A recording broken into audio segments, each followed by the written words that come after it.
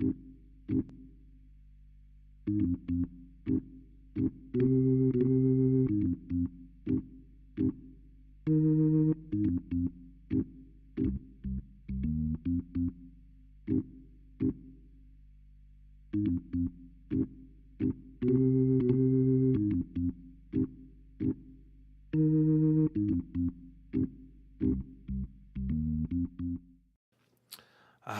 a nice, beautiful Saturday morning. I got my little Keeneland coffee mug here.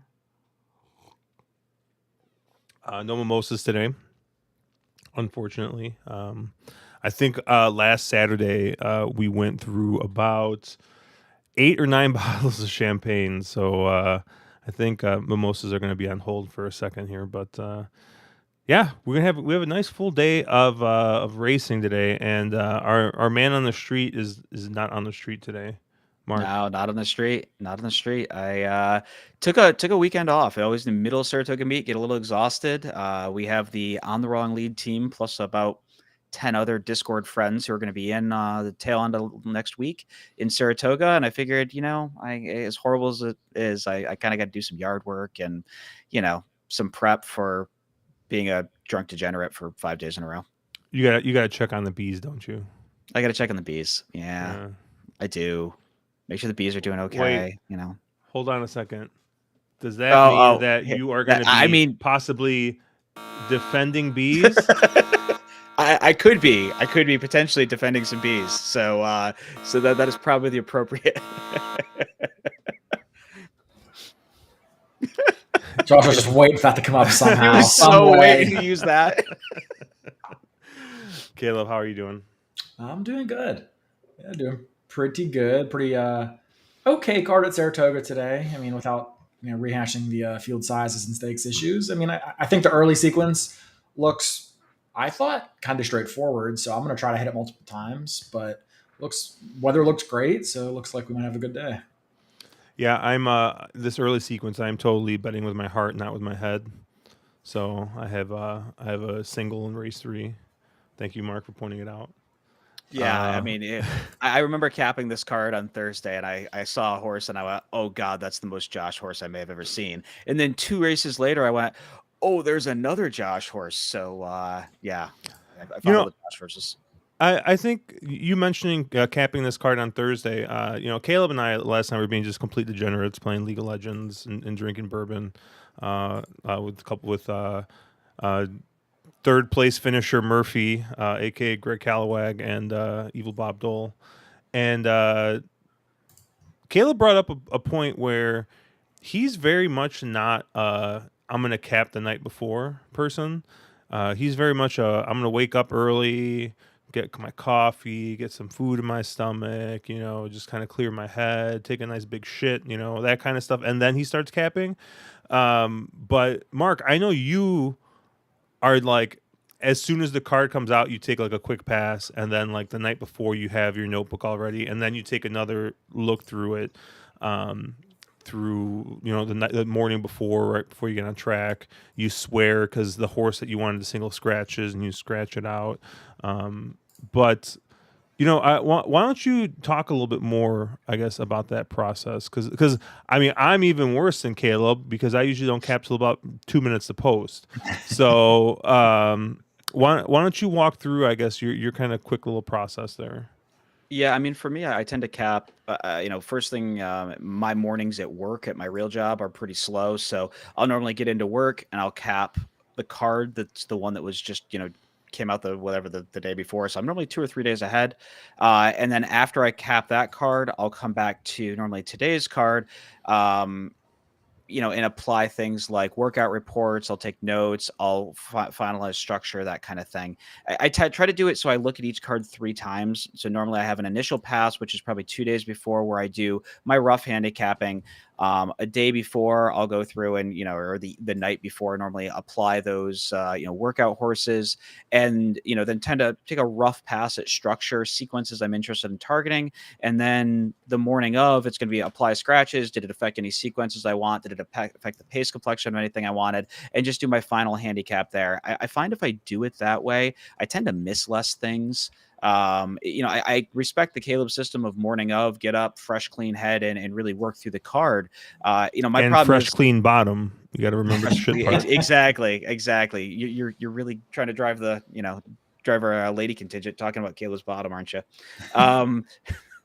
But no, I mean, I just find that if I do it in a couple of passes, I miss less things. For me, I take a look at each card a couple of times, 2 or 3 times, and also, sometimes you'll catch things the second or third pass through.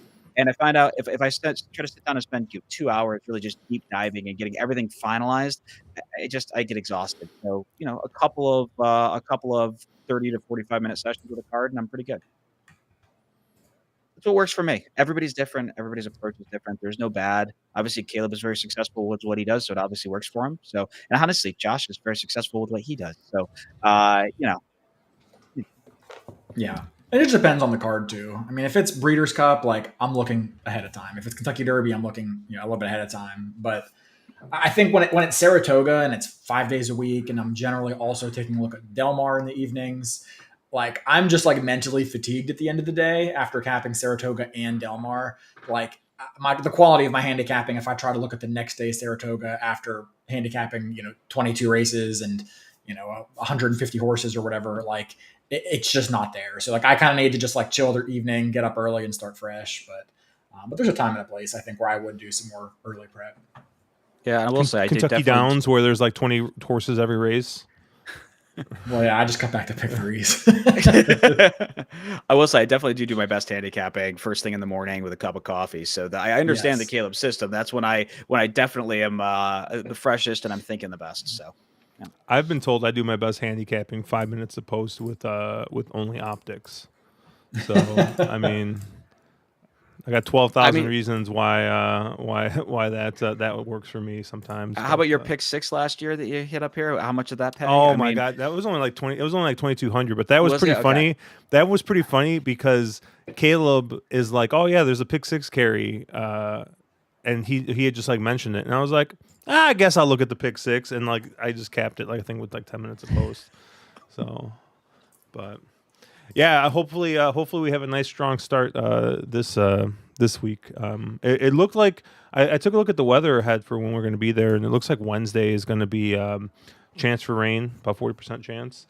But the rest of the week looks cloudy with no real rain, and then sunny, I think, Saturday and Sunday. So, but obviously we're real far out, and basically things can change by the hour at Saratoga. So we'll see what happens. Charles asking if we look at charts of the race to determine the fastest winners of the day. I will say that when I use Timeform, I don't really look at charts like, hey, like for the specific days, but I do often look at the last race or two and just kind of see how horses out of that race ran back. I know in Formulator you can do the same thing. You can pull up like a buyer chart, like for everyone's next out buyer and stuff. And I use it to kind of compare that way. I don't know, Caleb, you do a lot of looking at charts? I think what Charles is asking about is more along the lines of like the Popo school of handicapping, where you're looking at fastest winners of the days, fastest fractions, things like that, and kind of comparing how horses ran versus, those fastest winners of the day. I mean, I don't particularly do that. I definitely think it can work. I know Popo is excellent at it and makes money hand over fist with his system. So I know that it works. It's probably just not a tool that I lean on quite as heavily. I mean, I think I tend to, I guess, be a little bit lazier than that and just lean on Timeform's adjusted fractions. They color code hot paces, slow paces, things like that. Optics and other pace tools. So I kind of lean on tools that do some of the legwork for me and accept the fact that maybe I'll miss something here and there. But going through the charts for every horse every day is just more work than I'm willing to put in most of the time. Mark? Yeah, no, I tend to not look at those types of things. I'll tend to look at, if it's a big stakes day, I'll look at how certain races came back and were, things I thought visually impressive, did the figures back it up? And then sometimes I'll take a note on those types of things that I'll go back to that, oh, geez, this horse is really visually impressive, but the figure came back a little soft. Maybe I, check next time I'll give it maybe a bit of an asterisk off that figure kind of a thing. But for the most part, I don't. It's just not my approach. But obviously, it does work very well for Papo. He's, man has a system. He knows his tracks. And I think he's very good at sort of chasing those certain couple of tracks. So, yeah. All right, why don't we start looking at this early sequence here? Since I actually looked at it. Caleb obviously looked at it this morning while on the John, and Mark has had his capped for about 96 hours. We're gonna start with a 2-year-old maiden race, 105K, going a mile and 16th on the turf. Right now, I'm looking at the board, and your favorite is going to be the Chad Brown horse, the 3 here. I'm very busy. He's bet down to, he's bet down to 2-1 out of or by Cloud Computing. Very famous Chad Brown horse that probably boomed Mark at some point. And then you got 7-2 on the 1, 9-2 on the Aidan O'Brien or the Joseph O'Brien horse, the 2 Reckoning Force. And then you got basically everyone. Well, the 5s at 4-1. Everyone else kind of a little bit longer. These are always tough races for me. Like the Chad's obviously taking money. I think when betting opened, he was like 6-5 or something. So obviously took all the early money. Looks like it's leveling off a little bit. But you got lightly raced or barely raced horses. You got 3 horses that have any kind of starts. The 2's got 2 starts, 1 overseas, 1 here. So Mark, I'm kind of curious, where did you land on this race? I'm fairly spready in this race. Just I didn't have a strong opinion on any of the maidens. I think my biggest opinion is I want none of the 2 Reckoning Force. We've seen any of the O'Briens, both Aiden and Joseph, have just not run this year at all when they've run in the States. I've seen Joseph on the grounds, but he's had a couple starters I think now, and none of them have really done any running at all. I think this horse is an interesting one just from the trip last out. A horse ran about a mile more than every other horse. I think it was 3 to 4 wide around the first turn and 6 wide into the lane. So that the horse definitely didn't have the best of trips last out. But I just tend to feel that one of the new shooters in here is going to end up being able to step up and being a little better than this too.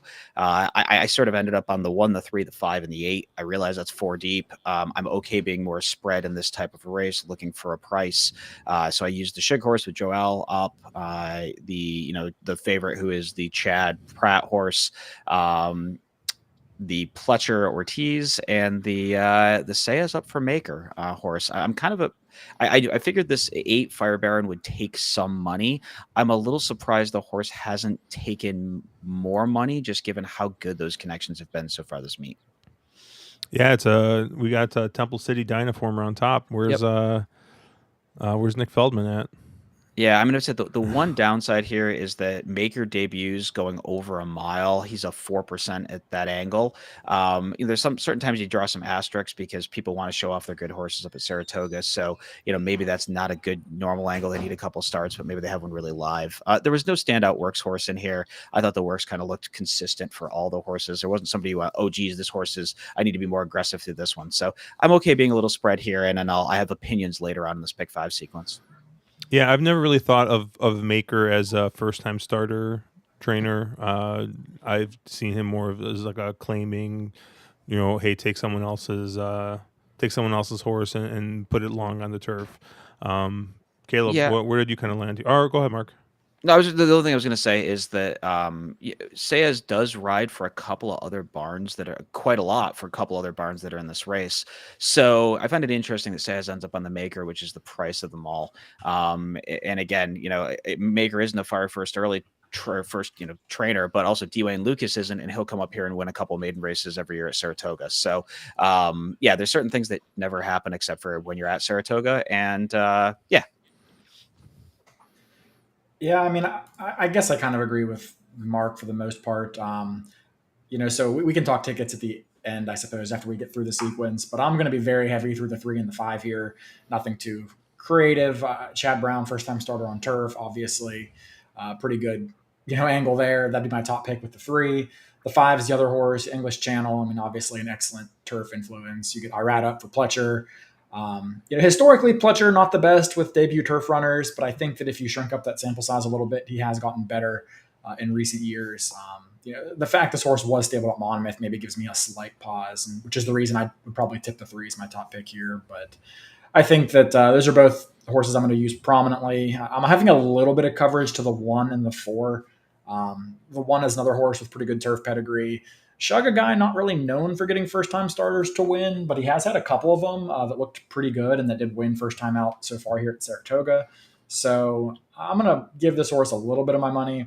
And then the 4 is another horse who I'm really just including due to the price. I think that first race was just too bad to be true. Bill Mott, obviously a guy that doesn't win first time out. This horse was buried on the rail when I have in my notes that July 23rd was a day when the rail was not the place to be on the main track. Waiting for some runbacks to really confirm that, but this horse, you kind of hit the gate, went inside, and then just didn't run at all. So American Pharoah has been pretty good with his turf offspring, even though you do have Bernardini on the bottom. I think that that's a horse that is probably going to be a huge price that I think I'm going to include a little bit on most of my tickets. But for me, the race really goes through the 3 or the 5. So, Caleb, I got to ask, I mean, I spread here, and obviously I spread and included the 3. But is that really a turfy pedigree on that 3? Or is this, again, one of those horses that they're just running long because the horse probably wants to go a little further and turf is the only surface that they can get a longer carded maiden race at? I mean, Cloud Computing never ran on turf, and it's not the turfiest on the bottom end either. I mean, I don't know. If you're gonna, of the 4, if you're gonna force me to toss one, this would be the one of the 4 that I have that I would be the most likely to toss. No, I mean, I think you're right. I don't think this is a very turfy pedigree. Like you said, Cloud Computing, that was your Preakness winner, right? A couple years ago. Yeah. Not a turf runner. McLean's Music, it was a dirt sprinter, only raced once, as everybody knows. Not really known for his turf runners and not really known for his routers. So I think the bottom, there's a little more turf pedigree, but this is a Pennsylvania bred that doesn't really scream run me on the grass. It's an ownership group that isn't one I'm very familiar with. But the fact that these owners and these connections get Chad Brown to train their horse, and that the horse has worked out over turf, the workout reports, for whatever they're worth at this point, seems to be relatively positive. And it's just something I'm not willing to overlook in a field that I don't really think there's much in here personally. Yeah, I didn't get super creative here. I did use the 3. I'm pressed through the 3 every which way. I am using the 2. I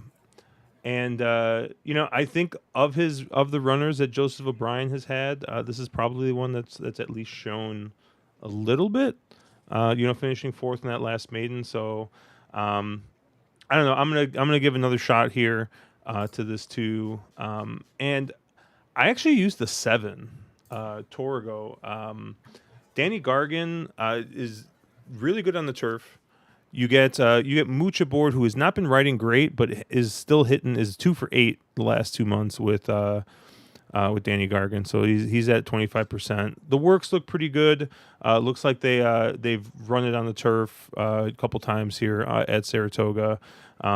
So I don't know. I'm kind of hoping I'm getting a little bit of a price here on the 7. I'm kind of skipping over all the other big name trainers, the Shugs, the Motts, the Pletchers in here, and I'm going to see if I can get something going here with this Danny Gargan horse. The pedigree doesn't necessarily think that this horse wants to go much further than the mile, but I don't know. I wasn't. We got just a absolute crapshoot of a race here, I think, with a lot of these first time starters. So I'll take a shot here with the 7, and I think the horse is already floated up to 12-1. So I think I'll get a little bit of a price if the 7 wins. Yeah, I really tried to get to your 7, Josh. That was kind of the one price. I'm like, well, can I make a case for this horse? I think just Gargan debuting on the grass is pretty poor, and Gargan in general in New York is not super high percentage. And at 6-1 morning line, that wasn't the right price for me, but it looks like he's floated up to about 12-1 now. I mean, if he goes off around there, then I think that might be a price that's a little bit more, palatable. Yeah, Danny Gargan's only 5% on the meet so far. Obviously, he's 1 for 21. But if you go back 5 years, he's 1 for 17 with 2-year-old first-time starters in turf routes over the past 5 years. So that horse is not for me. I mean, there is a price. It's just probably double what it is on the board right now. And add to the fact that I think Kendrick has been, I mean, you said not riding not that bad. I think he's been riding absolutely abysmally terrible. He should have had 2 other wins on the day yesterday. Everybody else seemed to know that the rail was not the place to be, except for Kendrick, who decided, oh, let's get in the stretch and see how close to the rail I can get, which was just In cribbed fairness, death. I I mean, said he's riding not that bad for Danny Gargan since he's 2 for 8 for him. okay. In fairness, that's probably accurate, but overall, Kendrick is riding horribly. Yeah. That rut on the one cost me some money when he dove to the Was rail. But criminal. I think it was very obvious that he realized after that race that the rail was bad, because he was on the 2-horse in the next race and he wasn't even hit the board, but he was like 6 wide the entire time from the 2. No, there was another horse. There was another horse where he was on the lead, he was on the rail, and at the end of the day, and he ended up on the 3 or 4 path down the stretch. And then he just wasn't good enough. But he got nosed. That was the feature race that the I think it was in the race where the okay, I can't remember what race it was on. Yeah, you're right though. He did finally correct, but the fact that it took him that many starts to figure out that the rail was that bad when it's been not good all meet, you know. Yeah, on Seafoam. Was that on Seafoam? Okay, on Seafoam, yeah. That was the one where he he wrote a really good race on Seafoam. I can't fault him there at all. Seafoam just wasn't quite good enough. Yeah. All right, let's I think we covered every single horse in that race, so someone's going to be alive through leg 1. Race 2, we're going to be going 6 furlongs, 35,000 claimer N3L. And I think we got a scratch of the 1 in this race, and I think there's another scratch, right? The 8. No, 8's still in. The 5. The 5. Thank you. Yeah, 5's Jake Rocks. Well, Karamouche can't boom you in this race, Mark. Yeah. But we still got a field of 8 here. A field of 8, and looks like the favorite's going to be the 3 Mount Athos at 8-5. Mark, where did you kind of land here? Yeah, I mean, I thought the favorite made some sense, although I think that morning line is pretty aggressive. I think this race is a little bit more even than the morning line implies. I mean, Mount Ethos makes, a ton of sense, getting some class relief here. It was some decent, the last 4 have all been pretty decent, probably getting back to the class where he belongs at. So I thought Mount Ethos made some sense. The other 2 horses that I want a little piece of are both the 7 and the 8. The 7, again, is taking, similar class relief off some decent efforts, and I think this is one that also you're getting probably a little bit more overlooked on connections. You're getting Sayas up, who's been riding very, very well, and you're giving him a horse in this 7 that's got some tactical speed to be involved early. So Sayas with a horse with speed is always extremely dangerous. The other horse I thought was really interesting was the 8, 15-1 morning line. I would imagine you probably don't get that. Broke its, it's a horse that has some dirtied up form. I don't think the pedigree doesn't say turf, and they've been on turf the last 2. And Patrick Quick is 30% going turf to dirt with a $9.17 ROI the past year. So that's that horse made a lot of sense off those 2 turf starts. There's no monsters in here, and Cards has been riding well enough. Hasn't gotten himself a win up at Saratoga yet, but I thought the 8 at 15-1 made quite a bit of sense in here. Yeah, I singled the 3. I thought this race was pretty cut and dry for me. It feels like there's a ton of speed in here. I mean, the way I looked at it, the 2 kind of has to go, the 4 has to go. A horse like the 6 probably can't do anything. He can't pass horses, so I mean, he probably has to go. The 7 is going to be involved. The 8's going to be involved. So to me, really only potentially the 1A, the 3, and then the 9 were the only closers. I'm not really interested in the Presque Isle shipper, so that kind of left me between the 1A and the 3, and I just think the 3 is much the best in here. It is getting a lot of clash drops, should get a perfect pace setup to chase after here. Just basically paired up career tops in his last start. Should be moving forward here in his 5th start in his form cycle this year. 4-year-old, lots of upside here. 2 for 2 at the distance. Last race came back pretty good. The 1st and 4th place finisher both came back to win or win again. So yeah, I mean, I kind of looked at the 1A because I think there's some dirty form there. Where if you go back to the last couple of times this horse was sprinting at this level over a fast track, it did kind of fit, but the fact that Irad gets on board is going to kill your price. So I decided to single the 3, and that's kind of where I'm hitching my wagon this race. I don't have the 3 anywhere. So It doesn't have any E's in its name. Yeah, I don't have the 3 anywhere. I do have the 1A that you already talked about, Caleb. I thought that this horse would kind of fit on an off the pace type angle. I don't know. Maybe it's just like some kind of like syndrome I have, but taking a Churchill shipper coming in here, I don't know. I think that last fig is probably not true, but I mean, I guess it matches what he ran in Oak Lawn, but I don't know. I'm gonna take a shot against this 3. I like the 1A probably the best. I did use the 2 for the JJ horse. Going to be probably your leader or at least one of the leaders. And I'm also going to use the 7 Cold as Hell for Dwayne Lucas. If I know Caleb, I know he loves getting boomed by Dwayne Lucas horses. So the fact that he doesn't have the 7 actually makes me feel pretty good. But this is just another, this is another horse I think that is going to be there on the front end. The 4 also is expected to show speed, but kind of looking back at its dirt races, I don't think that this horse is as fast as the other 2 horses. I mean, I see he's marked as an E8. But I think he's definitely the slowest out of the gate of the three quote unquote speed horses. So I'm gonna take the other 2 speed horses, and my off the pace play is gonna be this 1A for Linda Rice. Joe K asking Josh, about the 9. Yeah, I was gonna say, I know you. Knowing you, I assume that you would, this is the right kind of Josh Wise guy horse. Or I showed this horse to our good friend Sheldon, and he absolutely loved this horse. So I'm going to actually retract. I don't have the 7 anywhere. So I don't know why I thought I was going to boom Caleb. I actually used the 9. The 9, okay, yeah. I actually would used say the 9. that horse is such a Josh horse, and I was shocked that you weren't on it. So. Yeah, I actually used the 9, not the 7. I don't know why I used the 9, but so yeah, basically I use I see my strategy now. So I use a 2 as kind of the speed of the speed, and then I'm using the 1 and the 9 as my off the pace horses here. But I'm guessing Caleb's probably not a believer in those Presque Isle figures or those Presque Isle that Presque Isle run style.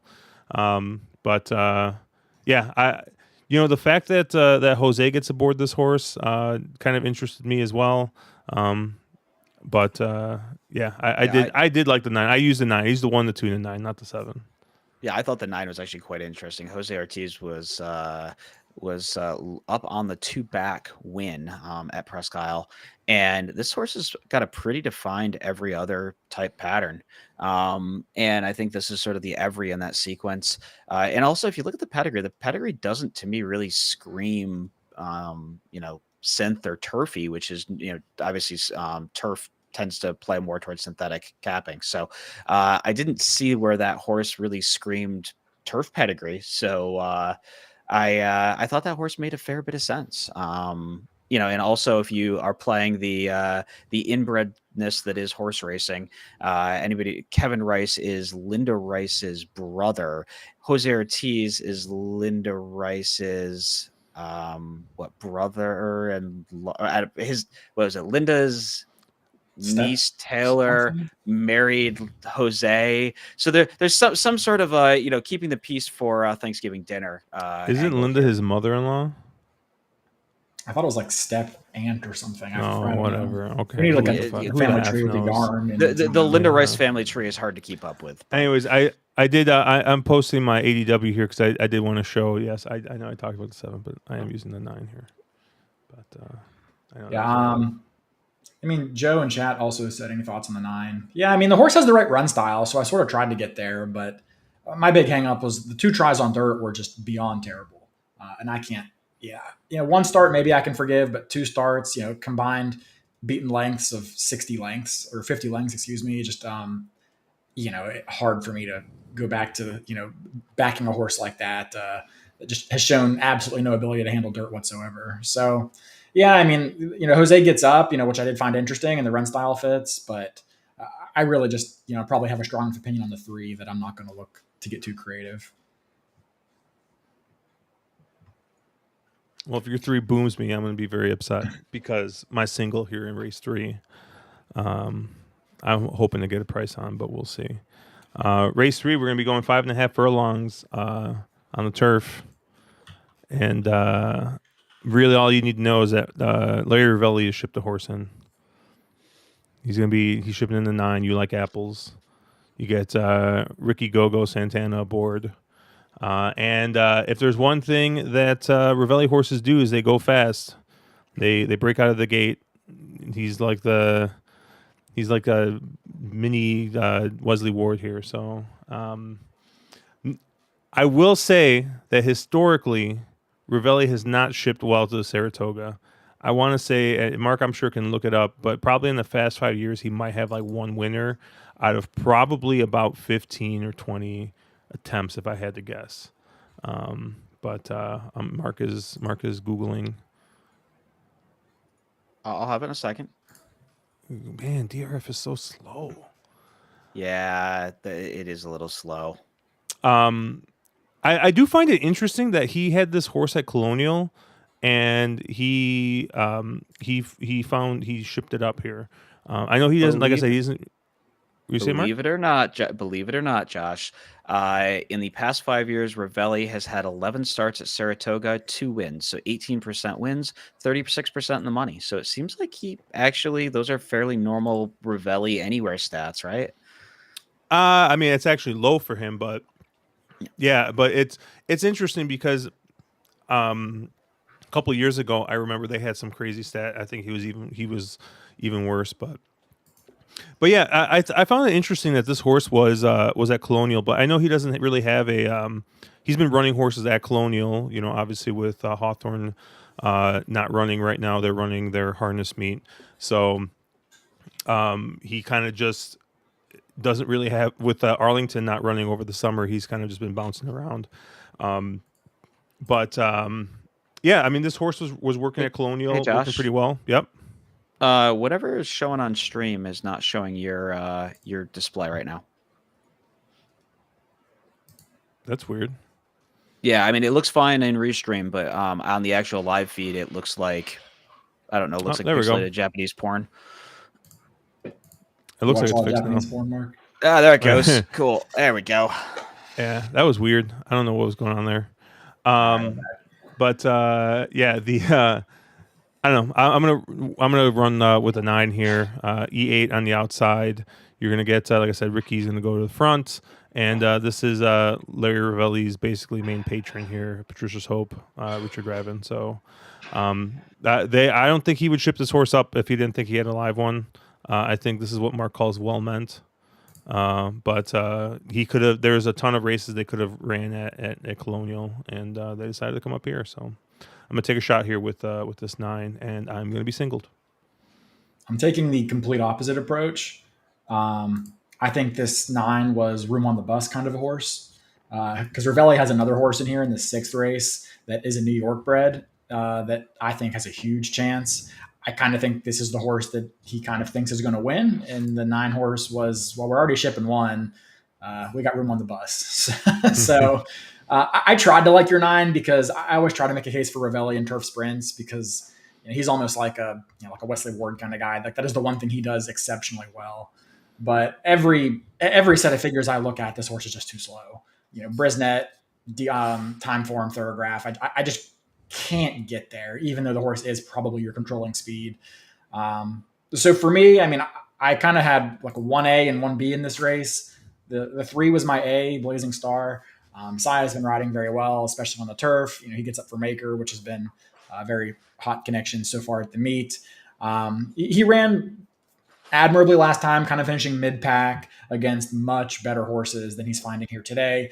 He does have enough speed to get involved early, so don't think we're going to see him too far off the pace. He kind of does have to prove that he's not just a one-dimensional front runner. So he has come off the pace in some of those European races. So I think that, I'm not too worried about that. But he hasn't really passed too many horses so far since coming stateside. But I think this is the best horse in the race, getting just immense class relief here. And the other horse I'm kind of using a little bit of is the one, No Pain. Another horse that's getting some class relief, albeit a little bit less as he's dropping out of New York bred allowances to open claiming. So, a little bit less class relief. But if you look at the 2 sprints this horse had at Saratoga, were pretty much the best 2 races of her career. Her. They kind of stretched her out, didn't quite work out. And then her Belmont races were fine. But it really seems like the 5 furlongs or 5.5 at Saratoga is where she showed up with her best efforts. So that's another horse that I'm going to back here. And I think you might get a half decent price on No Pain as well. Yeah, I'm on the same exact 2 horses as Caleb, the 1 and the 3. There are a lot of horses that you will find who love the 5.5 at Saratoga, but can't get the 6 at Belmont.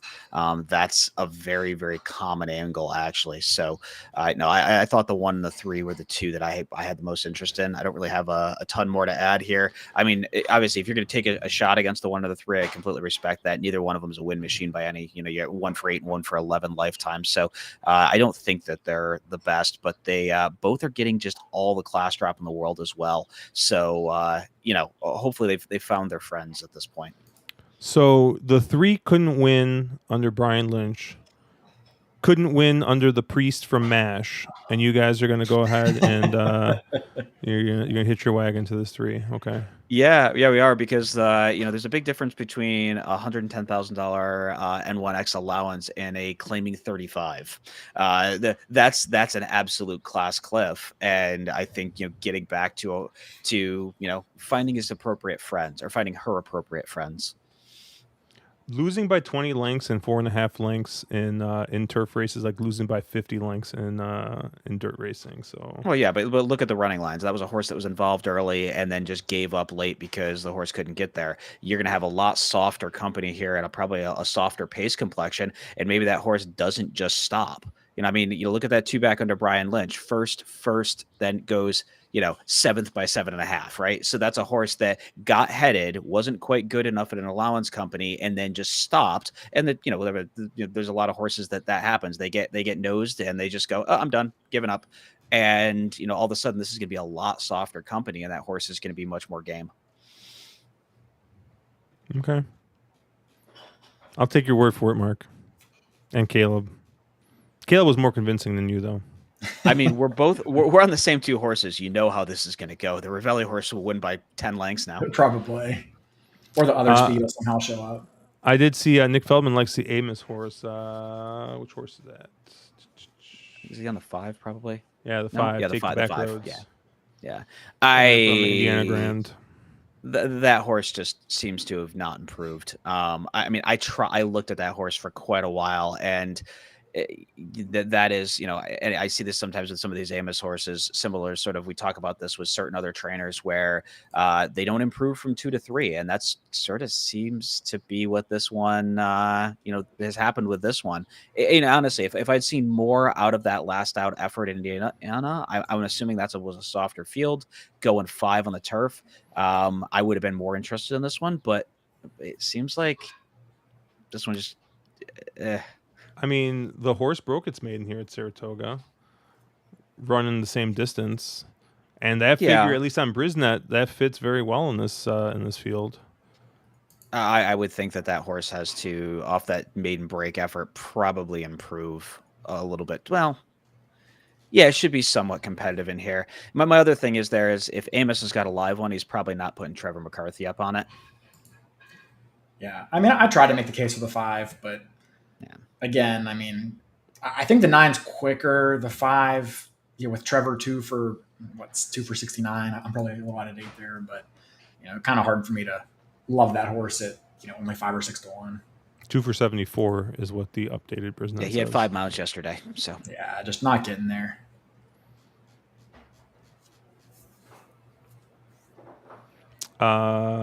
John Massey saying that he can't wait for Mike Luzzy to mess the race up for everyone by gunning. So, who's Mike Luzzy on? He's on the And 8. Oh, the 8. The old Monmouth shipper. I did find it a little bit interesting as well that, and I don't know how live this horse is, that the sort of other maker that's in here, the 6 Rigby, it makes some sense. Although Sayers probably had choice and got off, and Sayers, and then I would assume that Irad had choice and got off the 4. So I tried to make a case for both the 4 and the 6, and with Jocks kind of deciding to defect, I decided that, yeah, I think I want the 1 and the 2, or 1 and the 3 mostly in here. I will say one thing that you can kind of ding the 9 on is the fact that Irad didn't get aboard, because Irad in the winter rides a lot for Ravelli's live mounts and at Gulfstream, and I've seen him ride for him here in New York as well. So, but I don't want to beat up Santana too much. He's been riding the turf a lot better than he normally does, but we're starting off a pretty low bar, and yeah, he's not my jock I go to for a turf race, especially at Saratoga. it's okay. I basically just didn't listen to anything either of you guys said, and I still singling the 9. So That's not a bad strategy, stuff. Race 4, Saratoga Special. We talked about this race a little bit on Thursday. The 5, the Tom Amos horse, has scratched. Oop, that's the wrong thing. The 5 is scratched, so we get a lovely 4-horse field here for Grade 2. Gulfport is still going to be your favorite. He's going to probably be even shorter now. And you guys were all over this too. I basically, because I'm singling the race before, I'm using both the 2 and the 4 basically equally, mostly because you guys talked me into the 2. But I did play an all ticket here as well for a base wager, just because I could, because I have 2 singles. So I spread this race. I do think that probably your 4 is probably your most likely winner, but I use the 2 as well equally here. But I don't know if there's anything different that we really need to talk about this race. I know this race was kind of boring. Yeah, I don't think the scratch really changed the pace complexion. I think what we covered on Thursday still sort of applies here. I'm still deciding how I'm going to manage how I play this, whether I use the 2 and the 4 equally, or the 2 is an A and the 4 is a B. I'm kind of leaning towards the former and making them both equal, just given that that Lavelle stat of 0 for a billion. What is the stat? The stat's absurd. Lavelle is 1 for 30, which is 3%. Last out maiden winners over the past 5 years. So things like that scare me a little bit.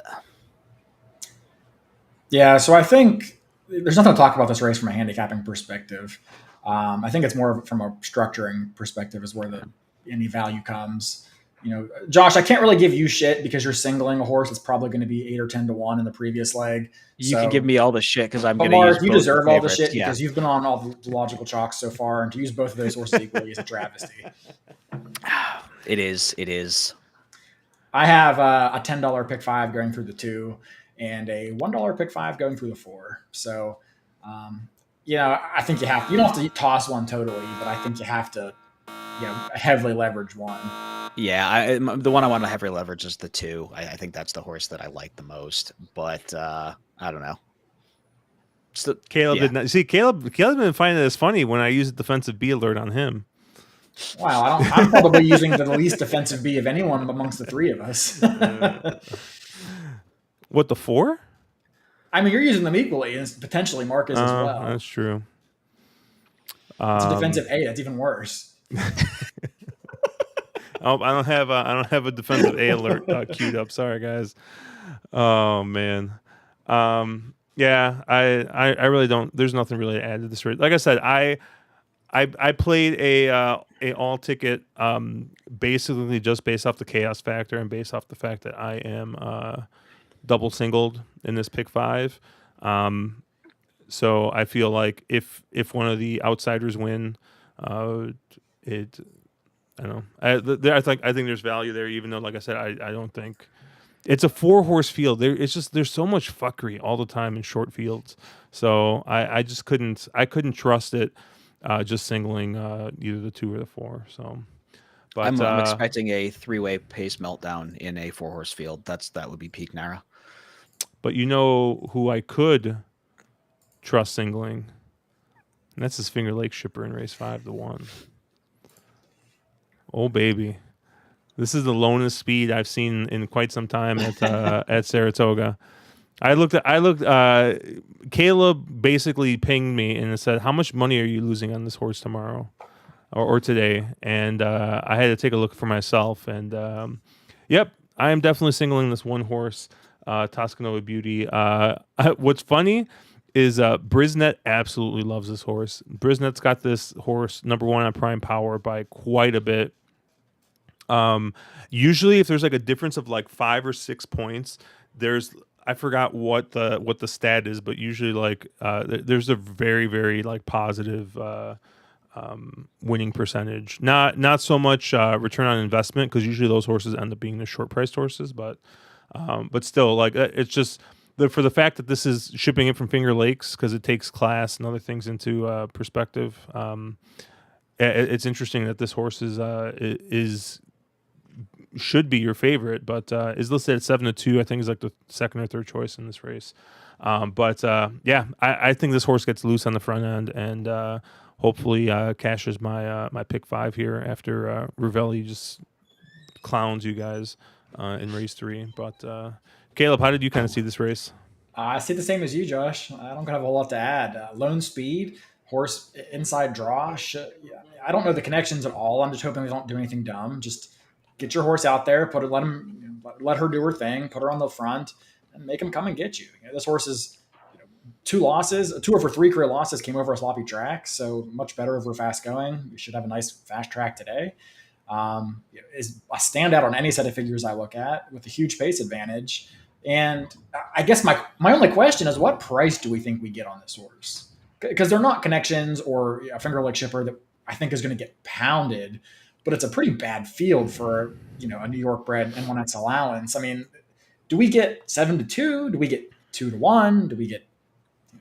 I don't see this horse going off better than 7-2, but I guess the question is, how short does this horse go? If this was a known jockey and a known connections, this horse would be 3-5 in this field. I would be tickled to get 7-2. I think the morning line is an absolute gift. There's no way you get it. I'm thinking 2-1-ish range, probably your favorite, but not super, super short. That would be my guess. More so, not that I think the horse is invincible here. Just I don't know who else takes money in this field. Like, who else are they going to bet? Like, I just don't.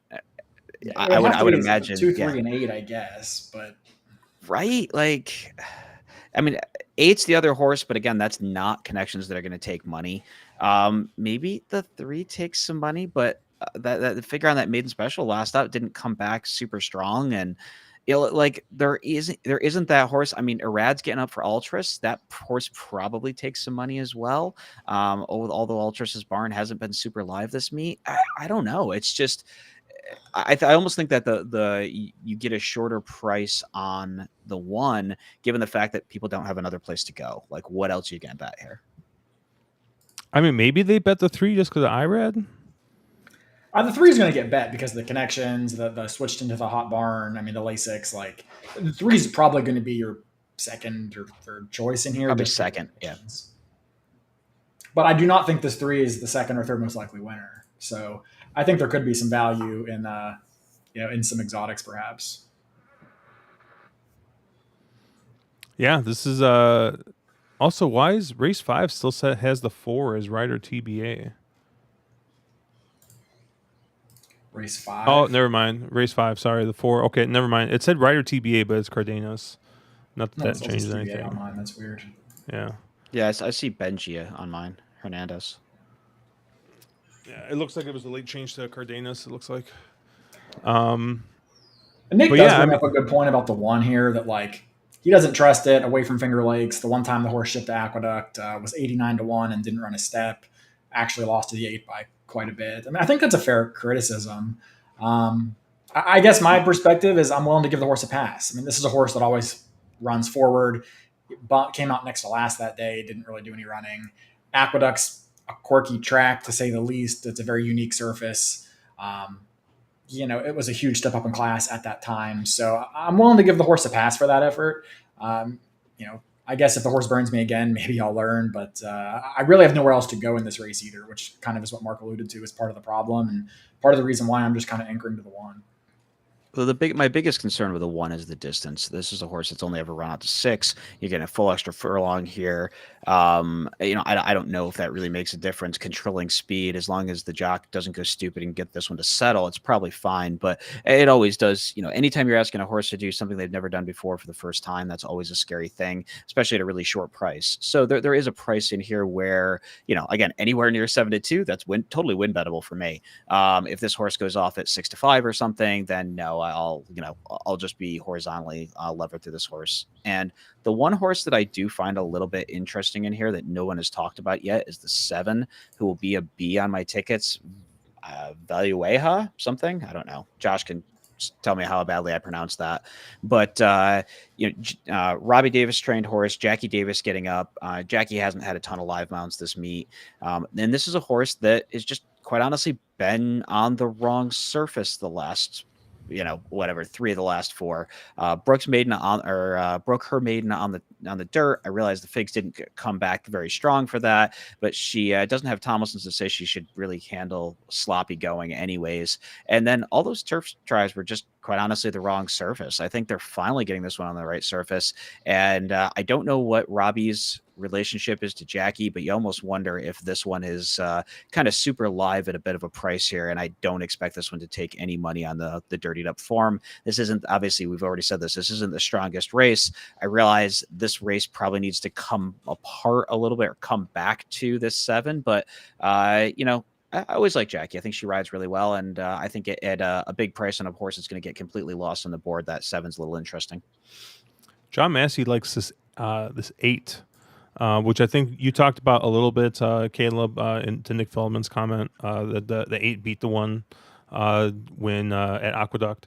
8's cutting back, win a mile in the 8th last time, cutting back to 7 furlongs. He's run 7 furlongs quite a few times, no wins, but has finished 2nd and 3rd all 3 times.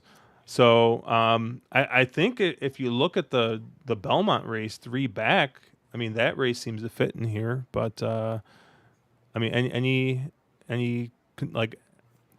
consideration for this 8 Captain's Daughter here? If I was going to use 2 horses, this would be the 2nd horse. I think it is your 2nd most likely winner. A horse is not a win machine, settles for a lot of minor awards, but also has been racing almost exclusively in stakes company. I mean, that last out allowance was really the only one of 2 allowance races the horse has been in, the other one being on turf, which is clearly not the right surface. A mile and an 1/8, probably not the right distance, a little too far, but she was competitive for the better part of a mile of that race before just tiring late. So, yeah, I mean, I think the 8 makes a ton of sense after competing in a lot of stakes races and open company races, dropping down here and cutting back to 7, which I think is probably the right distance. I do like the 8. I kind of wanted to be pretty aggressive in this sequence, so I singled to the 1, but I certainly could see the argument for the 8 here. Russell Cash being 0 for 22 on the year kind of bothers me a little bit, as well as getting Jose Gomez, who's I'm showing 3 for 58 on the meet. Again, probably a few starts outdated, but either way, very low percentage connections. And Gomez is not really a guy that I want coming off the pace necessarily, but but yeah, would be my 2nd pick in here. Hey, anybody got eyes on Churchill? It looks like. Yeah, it looks like a first race horse pulled up in the lane, tossed Johnny V on the backstretch. So yeah, I think it was there's kind of there's some concern about Johnny V being off mounts or something the rest of the day. Which actually might be a fairly big deal if that is the case. Did the horse break down? It looks like it. Yeah, I think the horse. Well, I mean, all breakdown means is vanned off. So, Yeah, I didn't have Churchill up. I just pulled it up right now. Did I know we all kind of sort of capped Churchill. Did anything kind of pop out at you guys? Yeah, that for a featured day, that has to be one of the most player unfriendly cards you could ever cap. I think 4 of the first 5 are maiden special weights with basically no horses that have starts. It's an absolutely brutal card. You're just completely throwing darts unless you have inside information. You're an absolute magician if you hit the early pick 5. Yeah, I mean, I will even sympathize with Churchill not being able to grow grass. Okay, you can't have a lot of turf racing, whatever. They increase the purse sizes, which is nice to try to attract horses. You can't control the field sizes sometimes. But yeah, the fact that you card 6 maidens on an 11 race card, most of which are first time starters or horses with no real form to go off of, like, how are you trying to drive handle when most, the average bettor just has no idea like who to bet in half the races that you're offering? I mean, just a very poor job of offering a competitive. I guess it's competitive, but offering a card that's really appealing to the average bettor. I wonder. Yeah, I wonder how much that was influenced by the fact that they had to change the card, because I'm guessing, from a horseman's perspective, they would rather have more maiden races, just because I'm sure that there's just a crap ton of, like, if you have to get rid of 3 stakes races that should have been run on the grass and have to replace them. I bet the easiest things to replace them with are maiden races. Yeah, but also it's not like you knew that was that. It's not like they knew, oh geez, we're going to be off the turf, and we only learned about it 3 days ago. They've known it was crabgrass and that they couldn't grow grass or whatever the hell the problem is. We've known about this for 6 months. It's not like Yeah, they but didn't they were in have a denial feeler. the entire time. They've been in I- denial the entire time. They kept on saying, "No, we're going to run it. We're going to run. We're going to run. We're going to run." It blows my mind though, because anybody in the anybody who follows horse racing, in even the least, knew that was a joke. Everybody knew that this was going to be off and that they weren't going to be on the turf. Maybe they'll be on the turf during their fall meet, maybe, and everybody knows it's a joke. So I don't like. I get that they're in denial, but still, that's just abysmal. The fact that you have 2 good races and you put such abysmal crap that's unplayable for the average horse player between them, that's just not. I mean, way to, I don't know, kick all those, Arlington fans in the nuts once again. I mean, it's just absurd. Yeah, because I'm pretty sure the pick 5 for Arlington Day is generally 4 turf races and 1 synthetic race. It was the Pucker Up, which is a synthetic race, and then it's the Bruce D Memorial, which is the 3-year-old. That late pick 4 sequence, I think all 4 of the late pick 4 were on the turf. And that sequence was so much fun. I mean, it oftentimes was the Chad Brown show, but it was still a very fun sequence to play around with. And Actually, I think really the cool. Bruce D was a synthetic race. I think the Pucker Up was a turf race. Okay. Yeah. And then there was the Secretariat, which they're not running this year. And then they're not running. And then they're running, obviously, the Beverly D, and they're running the Arlington Million. But yeah. Also at Sweet Sassy John Massey with the legit hot take. It is going to be interesting to see what their handle actually looks like today, because I would agree that I think most people don't even realize they're running. I'm sure it'll be fine. I think someone said the ticket sales were actually pretty decent for Churchill, so they'll probably do good on track, but I think beyond that, I doubt it. Yeah. Okay. By the way, Johnny V did walk back to the jockey's room under his own power. The horse that broke down was a 2-year-old filly. Controversial. All right, we got 5 minutes to post, so I can go ahead and share some tickets here. Give me a second. Let me get my pick 5 in here.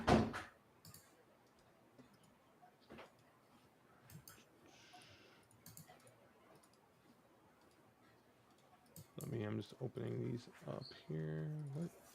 Where did yours go, Mark? I deleted it. Oh, okay. Let's see.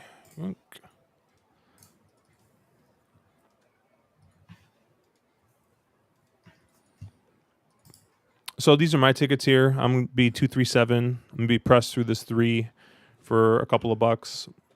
1, 2, 9, and leg 2. Singling the 9, leg 3. Using the 2, 4 most pressed. And then having 1 ticket with all. And then singling the 1 in leg 5. Caleb. Whoa. And sorry, this is just like super tedious to do this, but Caleb is he's looking like he's using a 3 and a 5 as A's in this first leg. 1, 4 is B. Singling the 3 in leg 2. 3/1 in leg 3, 2/4 in leg 4, and then singling the 1 in leg 5. Are you only playing your A tickets? I don't want to show the whole thing because the screenshot was messy, but I'm pressing my A's for $10. The 1B tickets are just $1, and the rest are base bet 50 cents. I did It's only throw about mine a back up. $30 structure, so it's actually pretty cheap. Given Oh, nice. Yeah, I think mine is like $48 or something. But Yeah. I'm pressed multiple times. And then I'm Mark, 144 on mine. So if you want to throw it up, Josh. Yeah, that sounds about right. About 3 times what the other of you are. Yeah. Yeah. So I did move the 2 and the 4 together on the pick 5. I'll play probably a little like 3, 4, 5 pick 3 that's very levered. That'll be 1-3 over 2 over 1, and I'll probably have that for 50 or 100 base, something like that, and just really try to lever up those last 3, which I think are chalky legs. And then I have the pick 5 as a little bit of a hedge. So I noticed that you're using 3 A's in that second race, huh? yep. I know. Yeah, Caleb is singling, and I am going 3 A's. So one of us is going to look a genius after this. Oh, and it's boy. probably Caleb. Yeah, actually, I is wonder my what A the- at least one of your A's? Yeah, I guess it is. Yeah, it is. Yeah. Oh, yeah. I used an 8 to 5, and I don't know. One of them's like 8 to 1 or something equally. So All right, let's let me pull this up. Yoink. All right, so got 2 minutes to post here. Race 1 looks like it looks like this 3 is 2 to 1 here. This 2's not taking any money. This 2's at 5 to 1. So I mean, do we think that people have just seen enough of the O'Brien runners? I mean, because they were getting bet really hard in their first couple of starts and have largely been disappointments. I mean, they interviewed the O'Brien assistant trainer who actually called this a failed experiment, saying that, I mean, he blamed it on his horses just not handling the heat, whatever the issue is. They clearly have not lived up to expectations. And I think I understand the general public sentiment is that it's tiring burning money on these European shippers that are supposed to be so much better and just haven't shown up. yeah, I really wonder, was this sort of a C tier Euro sort of a thing? Hey, we're going to send some of our horses that we don't think very much over to the States. Joseph is over here, but he may have been over here for the summer, more for the sales and more for doing stuff for his dad. Because I would imagine, obviously they train for a lot of connections who have real estate in Saratoga or have their own training facilities in Saratoga or, are probably buying a lot of the sales. So he may have been over here doing more work along those lines. I know he's obviously a smaller barn than his dad is. So, yeah, I don't know. I don't know if people have gotten fed up with it. I mean, it is only 75 today, and we have really low humidity. So if this horse doesn't fire here, that it's too hot excuse kind of goes out the window. I just honestly think they probably didn't bring very good stock over here. I would imagine this is just horses that they had that were probably C tier kind of stock and ones they didn't have a spot for to run at some of the meets that, that either Aiden or Joseph normally target. So they end up shipping to the States as, let's see how bad these American turf horses really are.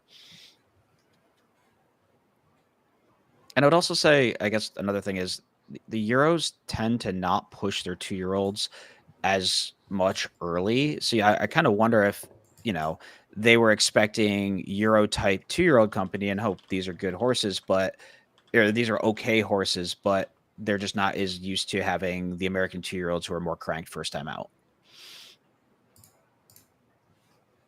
Don't really know which, but you're probably right that people have just kind of learned that they're not that live. We're going to talk this horse right into the winner's circle, by the way. Which horse? Bobby the 2? likes this horse a lot. This too. Does he? Friend of the show, he loves this too. And he's usually very sharp. So he's more than usually. He's basically I'm using always the 2, very sharp. so yeah. Shit, if Bobby likes to do it. Hold on, I'm firing something else here. Yeah, the horse was really wide and, arguably, I mean, I would say Velasquez to Ortiz or Jose is an upgrade.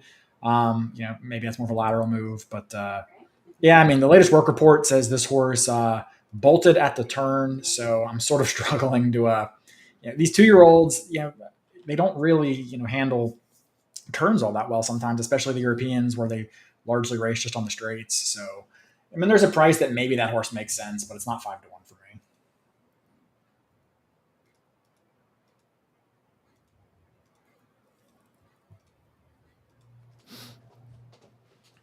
I just put 20 to win on it. Nice. He's due, right? He's due. He's something. Oh, man. Oh, we get to see today's steward. So who's going to make a mistake today? I'm sure Murphy will let us know. Yeah. All of them. They, according to Murphy, they all will. That's so funny. I guess I could, instead of like turning my entire head, I guess I could just move the window over. Yeah, so Caleb, I know I was telling you, I got the 3 monitors set up, but my main monitor is still in front of me, and then my second monitor is next to me, and then I put my third monitor all the way over here because I don't have room for it like on the left side. So like I got to go all the way like over here to look at it, which is like usually fine like for like horse race, like if I'm just sitting here by myself and I got like Discord up and I got my PPs up, and then like, hey, okay, the race is actually running, I can turn and like watch it, but sometimes for stream, I kind of wish I could just. I need it over here on the left side. I think it'd be a lot easier. It's always funny when I watch our streams back, or if I'm looking at the YouTube feed. Like I feel like I'm always looking away from the camera because I have my like my PP and my and the races up on a different monitor, so I'm constantly looking off to the side. But all right, they're loading in the gate here. Oh, yeah. Stephen Fox, the 0 for 45 jockey at Del Mar, was due yesterday. He won, what, 2? He won 2 yesterday. Let it be said that nobody beats Armando Ayuso 46 times in a row.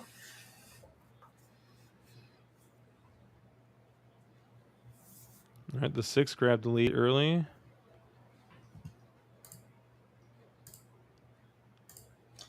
This was kind of a race that felt like potentially somebody could get loose because you probably know that the Chad or Pletcher horse aren't going to get aggressive with, Pratt and Nyrat up. Or was Kendrick told to go to set up the other maker? I think it's possible. Wait, there's only one in here. No, there's 2 makers here, the 6 and the 8. I'll tell you, I like where in these kinds of races, I always like the horses that are in that like second pack, like where the 4, the 7, the 8 are sitting right now. Yeah, I agree. And the pace is pretty swift so far. I mean, they slowed it down in the half there, but that early was pretty quick.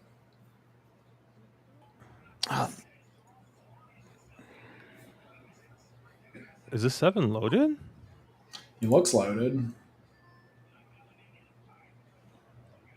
How about this 8?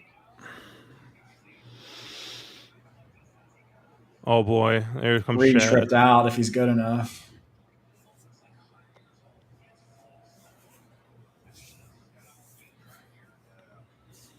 Here comes the Chad. Yeah. So are they just not trying to win with this too, or what? The horse just isn't very good. I'm sorry to break it to you guys. I mean, like, what? It didn't look like they even asked the horse, so. Yeah, I just don't think that horse is very good. I think that was what Caleb and I were trying to say originally was that, That's always one of those instances where I'm watching them turn for home and I'm like, do I want the 8 to 5 I have for a $10 pick 5, or do I want the 11 to 1 that I have for a 50-cent pick 5? And that's what I'm not really sure. At top of the stretch, I was getting fairly excited for that 8, and then the horse just went flat. So a lot of horses looked good at the top of the stretch. I mean, the 7 looked good, the 8 looked good, but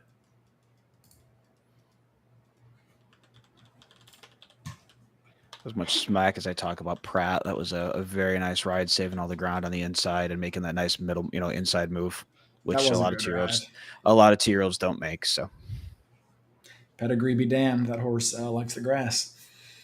Apparently he does.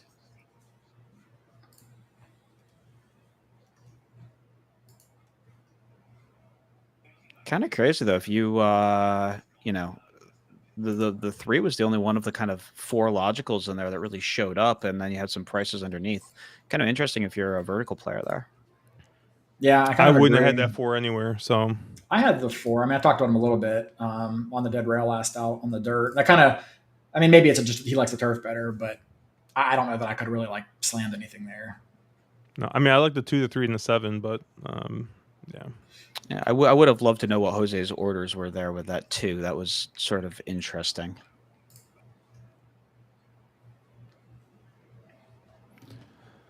All right, we got 9 minutes till Churchill. If you guys want to look at race 2 there, is it another maiden race? Oh, it is.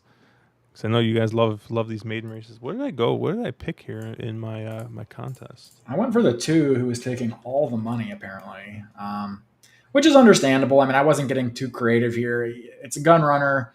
They've been winning at a crazy clip first time out. It's very strong Kentucky connections for Gaffleone and Brendan Walsh. Sold for $500,000. I mean, the workouts look sharp coming in. Nothing crazy here, I guess. But I did have 1, 2, 3, 4 written down as all horses that I thought made sense. Those are your top 4 choices here. So I'm clearly a chalk eating weasel. I don't I'm know. also. I don't know if I messed something up, but I put down the 7 was my pick in this race. I It's believe the only the horse 7 is with like an E in it, I think. the 7 is 1701 right now. So oh yeah, nice loser the horse. over 7 maiden. That's a Josh Yeah. special right there. Never hit There the we go. board. Joe Talamo. Perfect. This is exactly the type of horse that wins these kinds of races. Yeah, If I was I going went. to take a price here, I would look at the 9. Has a right to improve in the second start. Probably didn't care for the sloppy track. All right, Mark, we'll let you talk now. Go ahead, Mark. No. You go ahead. No, I'm same as Caleb. I was 3 over 4 over 2 is how I had it for a tournament that we're in. With the 3 being top choice, I didn't realize the 2 is that well meant given the how much action that 2's taken. But yeah, and also I thought it kind of interesting. I mean, obviously Pletcher did send a few down. I don't know if that's just to give Johnny V some reps over the track, or if some of these Pletcher horses are maybe live and he's going for some of the bigger main special weight purses at Churchill. Don't really know, but I wonder how live the 4 is here. You'll probably know better after this. Interesting looking at, I never look at these stats, but it just happened to catch my eye. If you scroll down a little bit, Josh, onto like the race preview page at the end of race 2, up just a little bit, it shows the kind of the odds of these horses that win these races basically. So I guess with 28 races at Churchill, 61% of your winners are less than 5 to 1. Only 4% of your winners are between 5 to 1 and 10 to 1. And then 36% of your winners are greater than 10 to 1. So it seems to be you take the chalk or you take an absolute bomb because nobody in the middle wins. Well, good thing I got the 7. That's right. You're in the right category.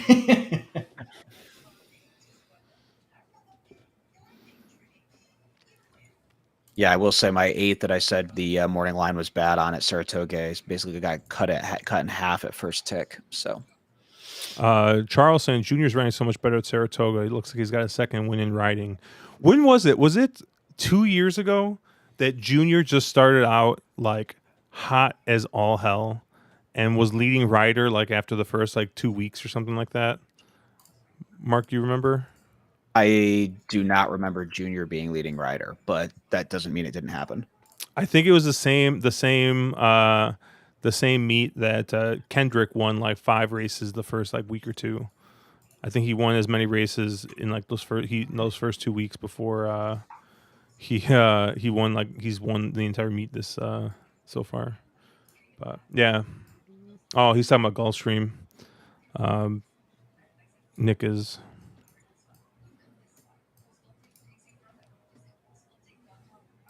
Yeah, so this 2 is 2 to 1 at Churchill.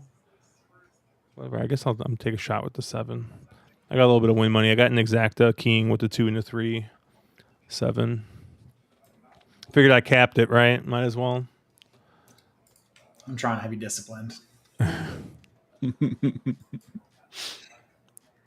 Hey, wait! Hey, we got an allowance race next.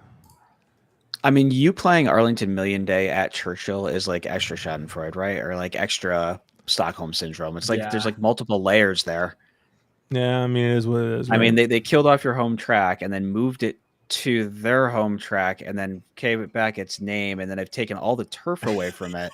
So it's like, I mean, and I mean, this is the definition of shut up and bet right here, Josh. You know what why do we do what we do?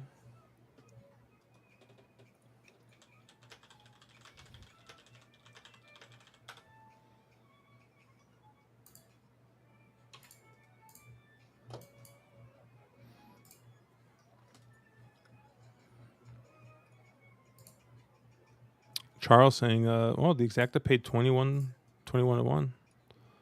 Saratoga. You could have had that, Caleb. Yeah, I mean that's a good exacta. Like I said, Chad was the top play there, and he just used the longest price of all the ones I liked underneath. I mean, I just don't think they play verticals. That's all my problem. Although I've gotten better. I had a nice exacta yesterday. Does I forget, Pops doesn't really play verticals much, right? He's more than me, but like he's still mostly horizontally focused. But he plays a lot more exactas than I do.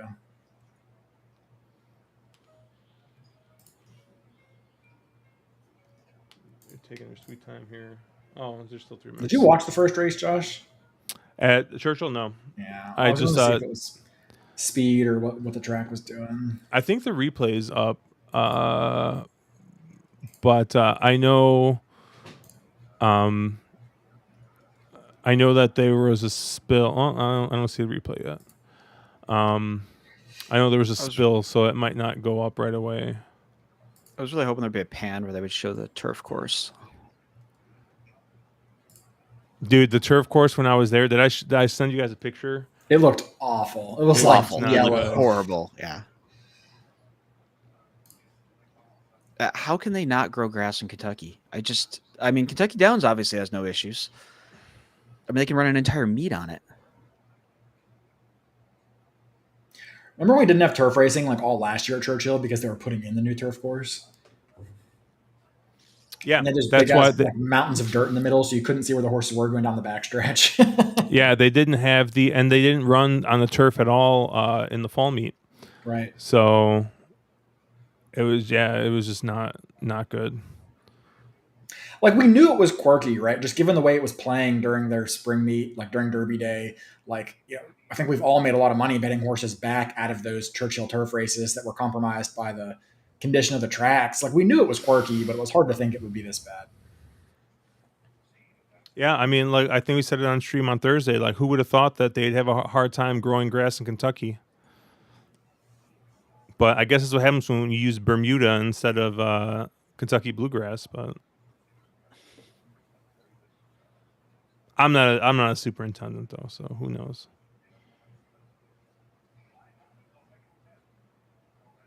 Someone was a lot of people were making the joke, obviously, like, oh well, Churchill's got a great turf course up in Arlington Park because they've actually been maintaining it for some reason.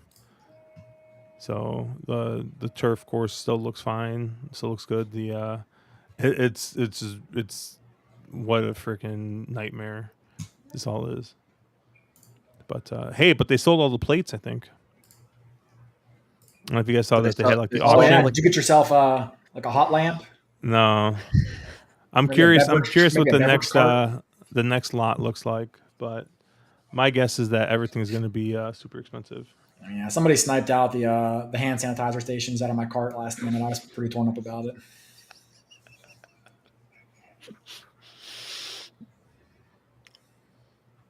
All right, they're loading in here. So what are you betting here, Josh?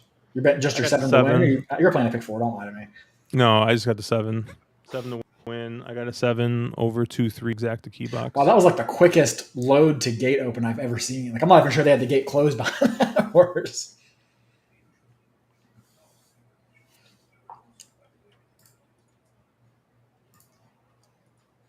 Oh wow, it looks like Steven just threw a picture of the turf course, and I guess you could call that turf. I mean, that's something, but that looks like Gulfstream Park in the middle of July. No, that's I think that's the picture I sent. Oh, that's the picture you sent? Yeah, I was gonna say it looks a little better than that now, a little bit anyway. Yeah, but like, do you see how like the actual turf course just looks like dead grass, and the grass like around the hill like the where berm, they didn't run looks is nice. Actually better. Yeah.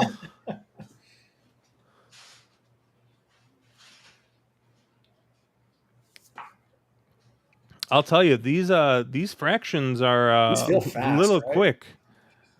22 and 3, 45 and 3.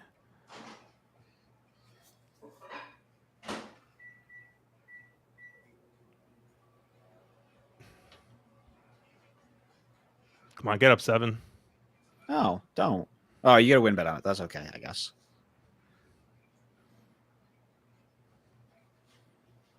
I think he's going to get third. Well, 3's going to hang in there. Yep. Oh, that's a nice little price given.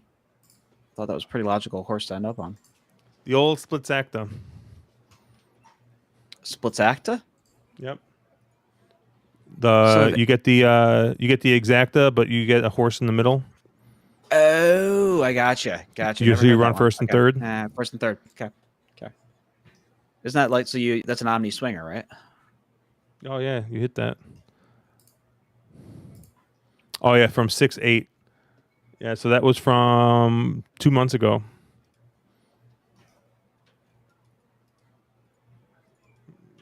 Let's see. Oh, let me zoom out here a little bit.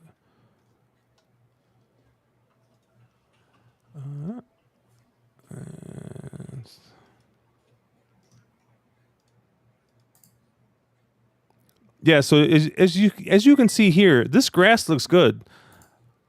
But this is not the turf course. The turf course is this nonsense in here. Look at how full this is, and then look at, hey, this is where we're gonna actually run. There's like a lip. I don't know what they were thinking, but Nick Feldman says he would love to see Tyler's stats on favorites. My perception is he burns a lot of money.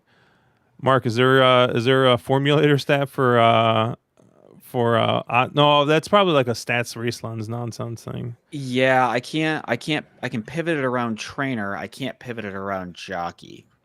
Yeah. But I mean, I tend to like agree with you. Just like it feels like he does. I don't know if that's true. It does, yeah. Feels like It really does feel especially like he in does. Kentucky. In New York, he doesn't get bet as much, so I don't know that it really holds. But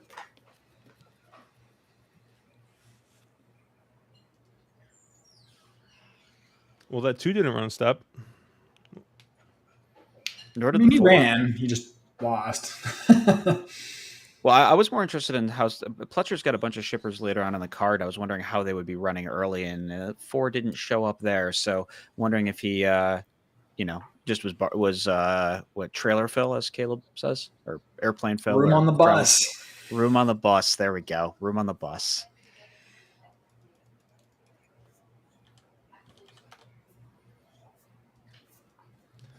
All right. Well, I think that's gonna do it for us. What do you guys got going on rest of the day, Caleb? What are you focusing on? Saratoga? Focus on Saratoga. Like I said, I thought this early pick 5 was something you can hit on a real cheap ticket, so I'm trying to hit it a bunch of times. Off to a pretty good start so far.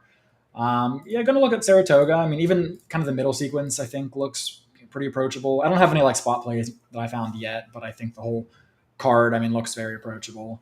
I'm not going to touch Churchill because it sucks. And then Del Mar, I haven't really looked at anything yet. I hear Del Mar is a pretty good card today, but I haven't looked at it yet, so I can't really say. Yeah, I have that early pick 5 in. A couple of spot plays I'm interested at the right price. But for the most part, doing some beekeeping, mowing a lawn, might play around a disc golf. That's pretty much sums up my afternoon. Not that I dislike this Saratoga card, but it's one where I have a couple plays and then not much else I want to play sequence-wise. So I like tomorrow's card a little better. Yeah, I'll play a little bit of Saratoga, and then I'll be focusing on Del Mar later on. But I think one of these weeks we'll switch it up and we'll start a little bit later and we'll look at Del Mar. But we'll for sure for like Pacific Classic Day or something we'll do that. But what are we doing when are we going to do this when you guys are? I on have track? no idea what we're gonna do. We need to talk about that. Okay, we can talk about that. We'll all be on track Thursday and Saturday of next week. So Yeah. we'll have to figure out a game plan. But all right. Well, that's going to do it for us. Like I said, check us out at ontherwronglead.com. I'll should have another blog post up on Monday. And then yeah, we'll see you guys on Thursday. And yeah, have a good weekend. Good luck. Hopefully next week, or yeah, hopefully on Thursday we get to hear about all your guys' big scores this week. So catch you guys later.